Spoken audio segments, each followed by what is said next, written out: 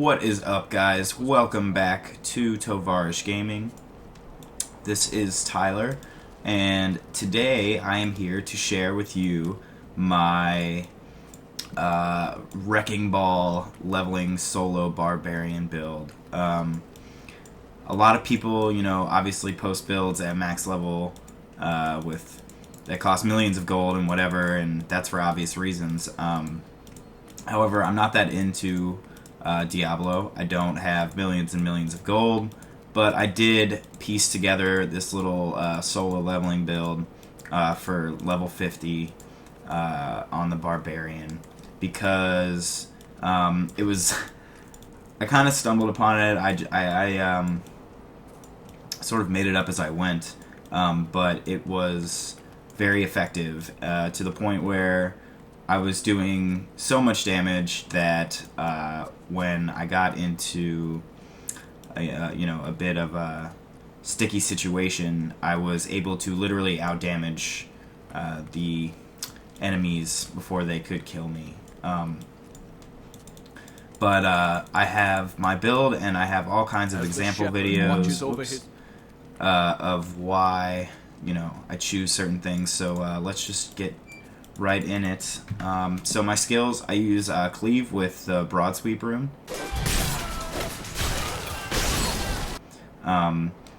Cleave I really like because when this build focuses strongly on using the primary and secondary clicks for the main source of damage as you're running around just kind of killing mobs.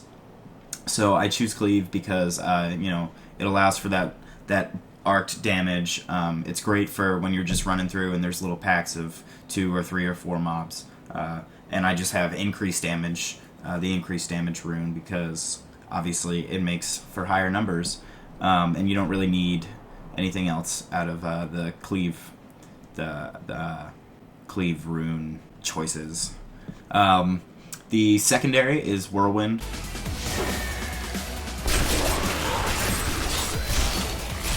For obvious reasons. I use Hurricane, increase the movement speed of Whirlwind. This is because the reason I'm filming the video this way with cuts and stuff is because if I had just shown you the original footage, you'd notice that I spend a lot of time running off breaking barrels with Whirlwind. That's because right now I'm going for the break 2,000 items with Whirlwind achievement. So that's why I have that. You could use... I would still always choose Whirlwind for this build. It's great. You can just... well, I'll get to Leap in a second, but you can just leap into the center of a bunch of mobs and Whirlwind them all down very quickly. But the movement speed one is because I'm currently going for that achievement. Now, I choose Leap because it keeps you on the move, and this build does so much damage that you don't really ever stop moving. So Leap is great because, when there's those breaks in areas that don't have mobs everywhere and you're like running through a tunnel and there's no enemies, Leap is great to just get you to the other side of the map. I usually wait to use it until I see a pack of enemies, and I'll show you why right here in this clip.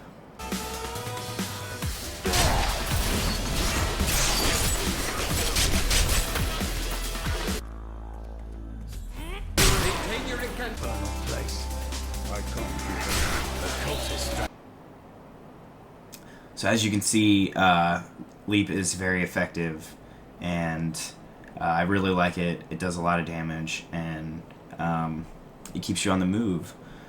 So next we have Revenge, and I use Vengeance is Mine, which is gain Fury and Life when Revenge is used. I keep this just as a heal. It's just a pocket heal. Obviously, it one-shots everything with this build, but it doesn't pop very often in this build. Oftentimes, enemies aren't alive long enough for this to really get triggered.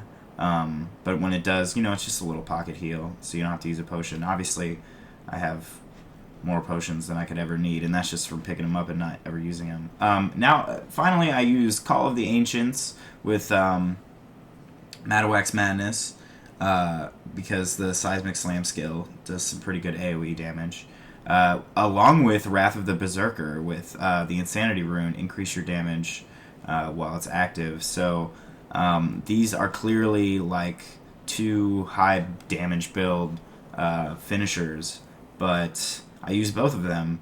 And the reason I use both of them is because this is a straight offensive build, and because of my weapons, which I'll show you in a second, damage is so high from just using Cleave and Whirlwind that it's not really a big deal to have multiple cooldown slots used. Not enough fury.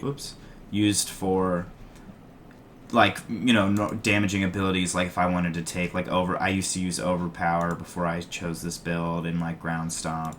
So there are other things that you can use to increase your damage more periodically. But these are two obviously very long cooldowns that both cost 50 Fury, so without 100 Fury, you can't use both in a row. But what these are for are situations against like bosses, and when you find yourself completely surrounded and taking a lot of damage, you just stack your Fury really quickly and blow both of these at the same time, and everything dies before you die, and that's really all there is to it. And I'll go to a few clips of that right now.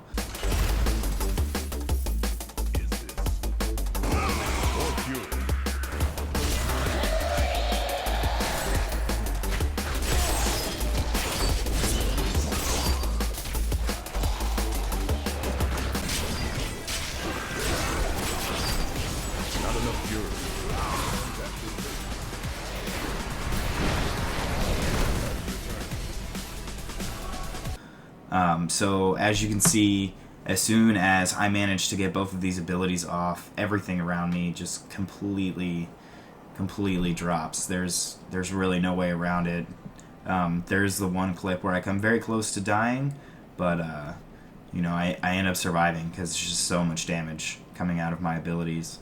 And then finally, my passive skills. I use Relentless while below 20% life. All skills cost 75% less fury, and all damage taken is reduced by 50%. This passive skill right here is what actually saved me in that particular clip where I come very, very close to dying. That's why I have this in case there's burst damage that I simply don't foresee. If I don't check a list of what kind of abilities a rare has, and I start taking massive damage that I don't anticipate. This is kind of a lifesaver skill. I really like it. And then I use Ruthless, which is critical hit chance and critical hit damage increase.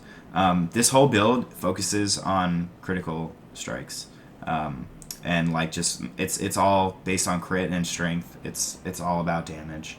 So that's why I use this. And Weapon Master. My main hand is an axe, which plus 10% critical hit chance, which is why I take that.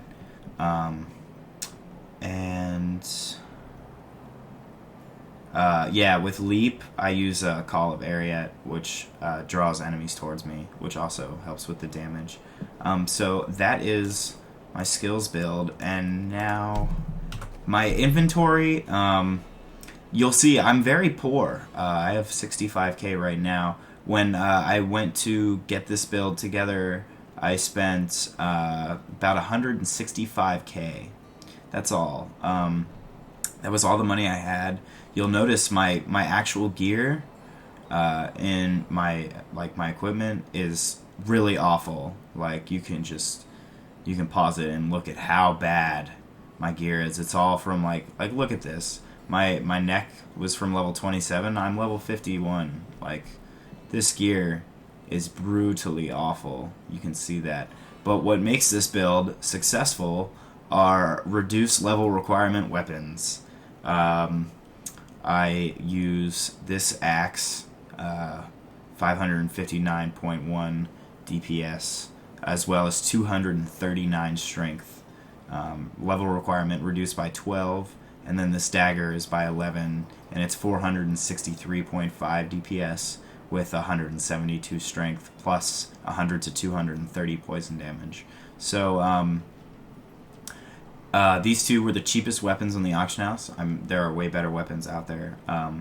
But my damage went from it was like at 1800 to 11,000 as soon as I equipped these weapons. Now, mind you, I haven't played Diablo in a long time, so I actually never had weapons that were these. A lot of weapons didn't have level reduction quite as high as this when I was still playing, so I was kind of surprised, but really that's the bread and butter of this build.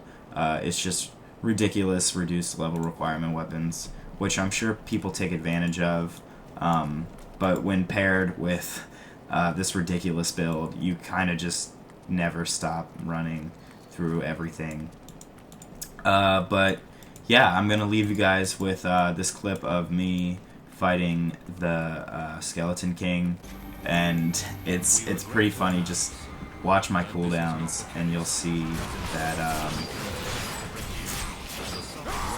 he pretty much just falls immediately after I pop those. But thanks a lot for watching, guys. This has been my epic solo damage leveling barbarian build. If I could think of an acronym at the moment, I would. But and yeah, I hope you guys enjoyed, and happy hunting.